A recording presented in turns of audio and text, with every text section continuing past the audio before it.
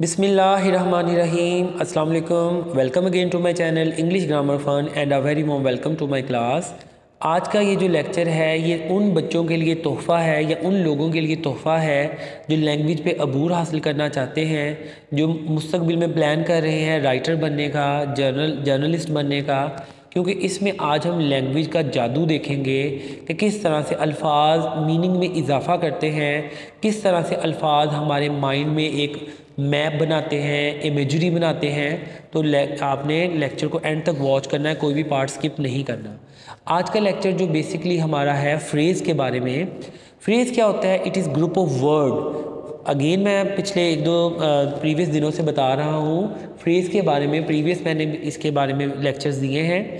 Phrase को group of words कहते हैं, जबकि क्लास जो होता है वो भी ग्रुप ऑफ वर्ड होता है, लेकिन वो फ्रेज़ से एक अगला स्टेप होता है और सेंटेंस से पिछला स्टेप होता है।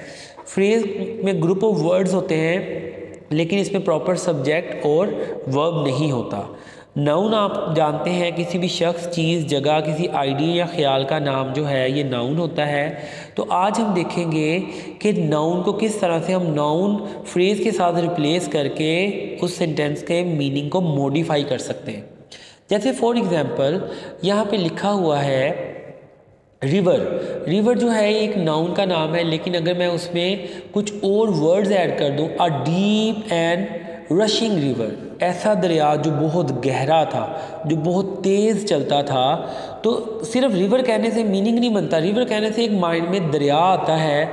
जिसने अगर दरिया देखा है वो अपने हिसाब से उसको इमेजिन करेगा, और जिसने नहीं देखा वो क्लियर नहीं कर सकता। लेकिन अगर मैं कहूँ कि बहुत गहरा दरिया, बहुत तेज़ी से चलता हो, बिखरा हुआ दरिया, तो आपके माइंड में इमेज क्लियर हो जाएगा।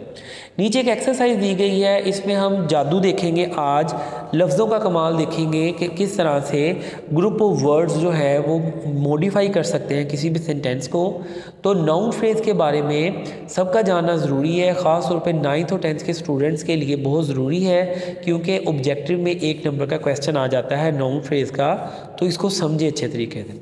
जैसे आई सा अ गर्ल, मैंने एक लड़की को देखा। लेकिन अगर मैं कहूँ आई सा a girl in a red dress, मैंने एक लड़की को तो देखा लेकिन उसने सुर्ख ड्रेस पहना हुआ।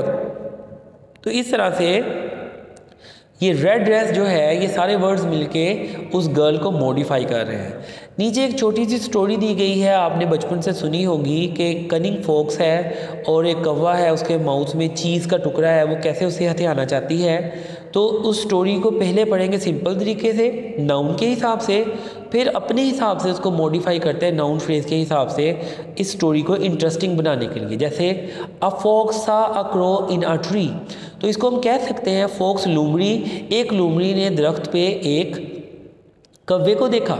ये सिंपल पता चल रहा है कि एक लोमड़ी है, कौवा है और एक दरख्त है। लेकिन अब हम इसमें और मीनिंग का इजाफा करेंगे, ताकि इसको मॉडिफाई करने के लिए आ फॉक्स को हम कर देते हैं अ कनिंग फॉक्स, एक मक्कार लोमड़ी। सा आ क्रो, क्रो को हम कह सकते हैं a black crow in a tree, in a tall tree.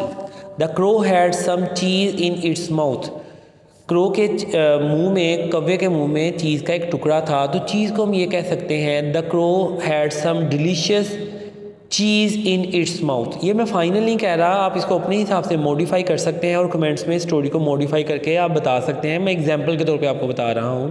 What a voice you have, तुम्हारी कैसी आवाज़ है। अगर हम इसको कह दें what a melodious voice you have, तुम्हारी कितनी सुरीली आवाज़ है। Said the fox please sing me a song, मेहरबानी करके मुझे एक गाना सुनाओ। Please sing me a beautiful song, please sing me a melodious song, मुझे कोई सुरीला सा गाना तो सुनाओ। The crow open its mouth, the crow open it's tight holding cheese mouth to sing and the cheese drop on to the ground. अब ground जो है हम ये कह सकते हैं on to the ground below tree, dropped on to the dirty ground. कोई भी आप मीनिंग इजाफा कर सकते हैं स्टोरी को इंटरेस्टिंग बनाने के लिए। द फ्रॉक्स ग्रैब्ड इट, उसने उसको उठाया, एंड रैन ऑफ लाफिंग, और मुस्कुराते हुए हंसते हुए वहाँ से चले गए। तो आज हमने देखा कि किस तरह सिंपल किसी वर्ड के साथ कुछ और ग्रुप ऑफ वर्ड्स जो है उसके मीनिंग में इजाफा कर सकते हैं, और हम किसी भी डल, किसी भी बोरिंग चीज़ को इंटरेस्टिंग बना सकते हैं। तो जो पेरेंट्स अगर मेरा लेक्चर वॉच कर रहे हैं तो वो ये प्रैक्टिस अपने बच्चों के साथ कर सकते हैं कि आप उनको इनकरेज करें कि वो कोई स्टोरी राइट करें और आप उनके साथ बैठ के मशवरा करें कि हम इसको इंटरेस्टिंग कैसे बना सकते हैं, किस तरह मुख्तलिफ वर्ड्स का इजाफा करके हम इसको मोर इंटरेस्टिंग बना सकते हैं। मैं उम्मीद करता हूँ कि आज का लेक्चर आपके लिए इंजॉयबल होगा। इंशाल्लाह कल नए लेक्चर के साथ हाजिर होंगे। दुआ में याद रखें। अल्लाह हाफिज़।